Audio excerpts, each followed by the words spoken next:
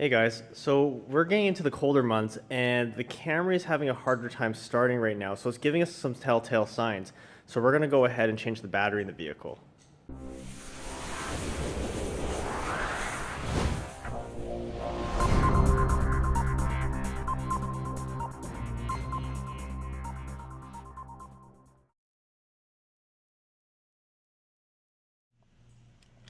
So the car's having a hard time starting past couple days. Let's see if it does it again.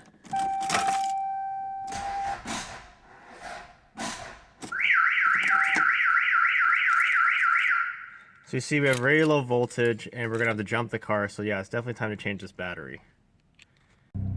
We got the car running now, and as you can see it's running fine. So I think the alternator is fine. We have to do a voltage test though, but judging by even how bright these lights are, I'm really leaning towards the battery. I looked at the manufacturing date. So if you look at the date of the video I'm posting this, so the manufacturing date of the battery was October 2011. So I've gotten a good amount of time out of this battery. And like I said to you guys before, change your battery every 4 to 5 years because it won't give you much a telltale sign. This car had 2 slow starts randomly within a 5-day span, and I was like, okay, I'll just go change the battery. And on the 3rd time, it had nothing left. It's a good thing we have multiple vehicles to jumpstart us, but I gotta head over to Edmunds Batteries and get a new battery in this thing. Okay, I got my North Star battery.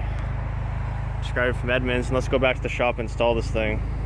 Okay, so the first thing that we're doing is we're charging the battery at a very low amperage, so we're only, should only be at 10 amps on this one. So we're just giving it a quick little charge. You don't want it here because basically, let's just say charging a battery slower is just better for it. If anything, if you have more time, just put it at 2 amps if you can, depending on the settings of your charger. So we're gonna do that. We've been charging this up, it's been good, but we're charging this up while we're taking out the old battery. Now here's the old battery. This is actually the same battery that I did, what was that? 4 years ago? This is the same battery you saw me change in the Camry. We've been riding on this one. But as you saw, it didn't start the car. So we're doing a test right now.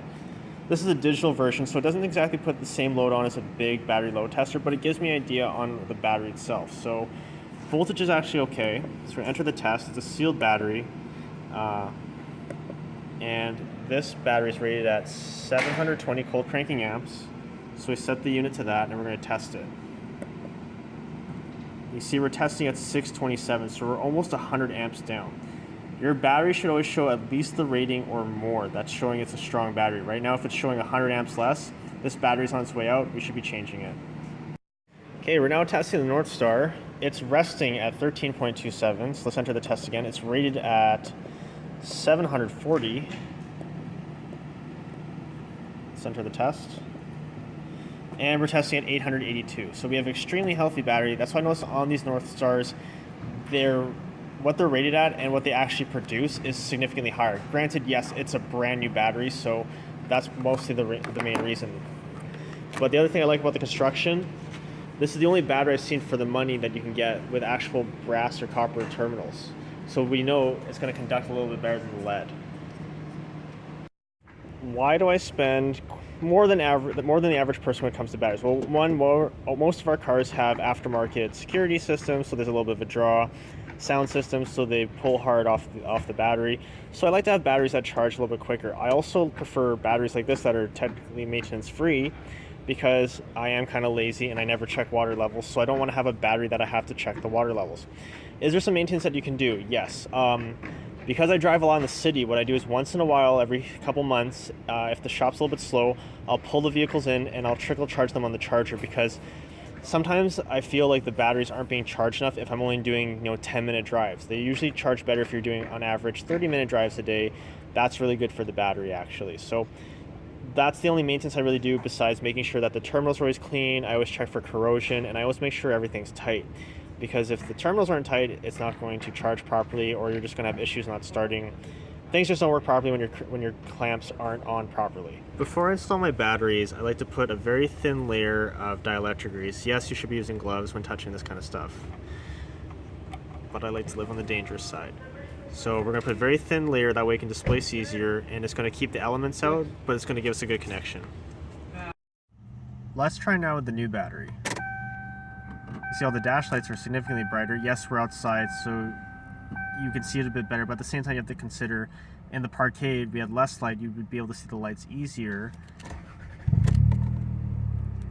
And on a vehicle that doesn't have a voltmeter, and I don't have a voltmeter on me at the time that happened, really looking at how bright my dash lights are typically is a good indicator that something's up, because when I got into the vehicle you saw it was pretty dim, and then you heard the major clicking. Okay, dead battery. The reason why I'm making this video is because every time around the fall when the temperature starts to drop, I will have between 5 to 10 cars come into my shop saying, your stereo, your remote starter, your security system is causing a draw in my vehicle, and we did the job in summer, we did it last year, we did it when the temperature was warmer or a while ago. And what happens is, a lot of people don't realize the batteries get quite affected in the heat. So when it gets really hot, that's when damage occurs to batteries. However, when it's warmer, you don't need as much cold cranking amps to start your vehicle, so it starts fine.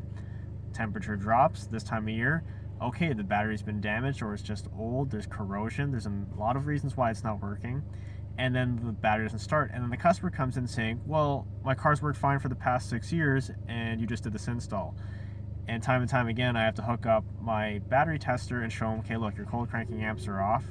So this is probably a good indicator why. Now I do recommend you go to a battery specialist and have them do a load test at that point with specialty tools to get a really good reading on if the battery's good or not. Because a lot of times they'll go to shops that don't specialize, and then the shop's like, oh yeah, your battery's fine.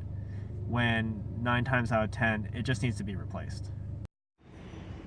Now, when do you know when to change a battery? Well, it's like I said, it's really hard to tell. They're not going to give you any telltale signs. So what I'm going to recommend is you just change your battery every 4 to 5 years, pretty much no matter what. Now, daily drivers, it actually might last a little bit longer because you're constantly charging it. It's usually the cars that don't get driven that much where the batteries actually don't last as long unless you have it on a trickle charger. So for vehicles that are being stored, have a trickle charger on it, an automatic one. But you don't want to leave it unattended. Like if you go on vacation, don't put it on the trickle charger. You want to kind of be in the area, and you want to make sure you have a fire extinguisher around, because I have seen an Instagram post where someone was experimenting with something on a power cell and it blew up on them, and it blew up when they weren't at home. So those are things that you want to be careful. You want to buy a good quality battery charger that you trust, that has a good warranty on it, because these things they can be dangerous. And just make sure you keep on top of looking at the battery. So have your mechanic, every time you go in for your yearly inspection, have your mechanic, or preferably an electronic diagnostic shop, try to test the battery. Not on a load test, just do a voltage test, and just to be safe, every 4 to 5 years, change the battery. To see what else I'm up to, make sure to check out my Instagram, Facebook, AnthonyJ350, and check out our website at www.gofasthavefun.ca.